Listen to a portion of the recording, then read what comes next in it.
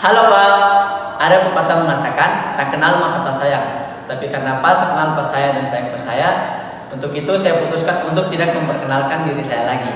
Di sini saya akan menjelaskan materi tentang limit fungsi aljabar yang terdapat di LKS 3. Video ini saya persembahkan untuk Bapak Potimuri tercinta. Selamat menonton Pak. Kompetensi dasar 3.7 menjelaskan limit fungsi aljabar, fungsi polinom, dan fungsi rasional secara infinitif dan sifat-sifatnya, serta menentukan eksistensinya.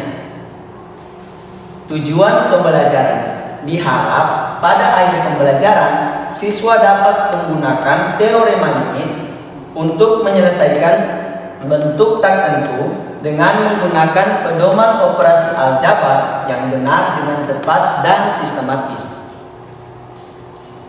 Limit fungsi aljabar. Langkah awal dalam menentukan nilai dari limit fx untuk x mendekati a adalah dengan cara mensubstitusi x sama dengan a ke fungsi fx.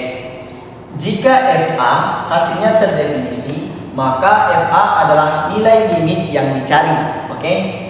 Tetapi sebaliknya, apabila fa menghasilkan bentuk tak tentu seperti 0 bagi 0, tak terhingga kurang tak terhingga bagi tak terhingga, maka perhitungan nilai limit dapat dilakukan dengan cara pemfaktoran atau perkalian sekawan. Oke? Limit fungsi aljabar. Limit fungsi aljabar dapat ditentukan dengan cara perkalian sekawan. Oke? Jadi kita menggunakan metode perkalian sekawan. Perkalian sekawan umumnya digunakan untuk menentukan limit fungsi yang berbentuk akar. Nah, sekarang kita masuk pada pembahasan soal. Tentukan hasil dari limit x mendekati 3 x akar 3 tambah x kurang akar 2x bagi 3 kurang x untuk x mendekati 3. Untuk penyelesaiannya itu kita menggunakan metode perkalian sekawan. Jadi limit akar 3 tambah x kurang akar 2x bagi dengan 3 kurang x kali akar 3 tambah x tambah akar 2x bagi akar 3 tambah x tambah akar 2x untuk x mendekati 3. Nah, syarat perkalian sekawan itu yang dimana akar yang di sebelah kiri ini kita buat juga di sebelah kanan dengan syarat kita mengubah tanda bilangan seperti di contoh ini. Di sini tanda bilangannya minus, otomatis di sini jika kita ubah menjadi plus, sini juga plus. Sebaliknya juga jika di sini tanda bilangannya plus atau tambah, di sini kita gantikan dengan minus atau kurang. Oke, jadi itu untuk syarat perkalian sekawan. Nah, sekarang kita hasilnya itu kita kalikan dulu 3 tambah x kita kalikan dengan sejenisnya. Jadi limit akar 3 tambah x dikuadratkan karena sudah dikalikan ya, dikurangkan karena ini minus dikalikan dengan plus itu pasti hasilnya minus. Oke, ini akar 2x dikuadratkan juga didapat karena perkalian. Oke. Dibagi dengan 3 kurang x akar 3 tambah x tambah akar 2x.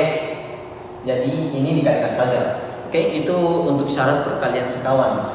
Nah, hasilnya itu limit 3 tambah x kurang 2x dibagi dengan 3 kurang x akar 3 tambah x tambah akar 2x. Nah, untuk itu saya ingin memberitahu bahwa di sini berlaku perkalian berlaku penjumlahan variabel yang sama. Oke?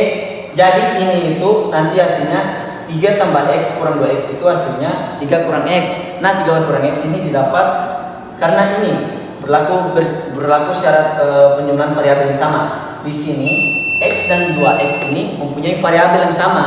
Jadi kita harus jumlahkan.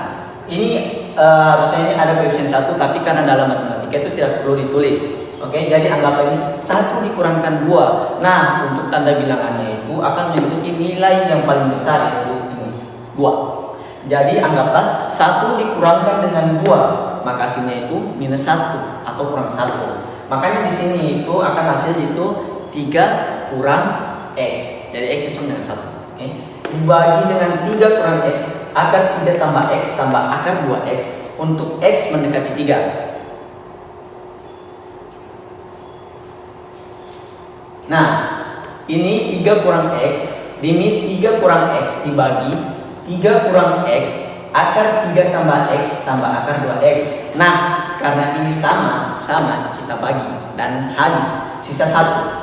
Oke, untuk X mendekati 3. Jadi ini sisa 1 karena udah kita habis dibagi dengan 3X yang di bawah. Oke. Limit 1 bagi akar 3 tambah X tambah akar 2X untuk X mendekati 3. Nah, yaitu kita substitusikan. Dan di mana nilai X kita ganti dengan nilai 3. Oke. Jadi sekarang kita berlaku hukum substitusi. Nah, jadi akar 3 ditambah dengan 3 ditambah lagi dengan akar 2 dikalikan dengan 3. Oke. Akar 2 dikalikan dengan 3. Hasilnya itu 1 dibagi dengan akar 6 ditambah dengan akar 6. Hasilkan 3 tambah 3 hasilnya itu 6. 2 dikali 3 kan hasilnya juga 6. Oke. Sekarang berlaku yang namanya hukum ini. Rumus yang dipakai itu ini. Oke, rumus yang berlaku ini. A dibagi B akar C sama dengan A bagi B kali C akar C. 1 bagi akar 6 tambah akar 6 sama dengan 1 bagi 2 kali akar 6, yaitu 1 bagi 2 berlaku rumusnya 1 bagi 2 kali 6 akar 6. 1 ini sebagai A, 2 sebagai B, dan 6 sebagai C akar 6. Itu hasilnya 1 bagi 12 akar 6. Karena 2 kali 6 sama dengan 12. Makanya hasil akhirnya itu 1 bagi 12 akar 6.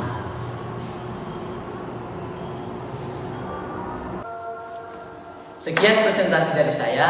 Mohon maaf jika terdapat banyak kesalahan dalam penyampaian saya. Terima kasih Pak sudah menonton.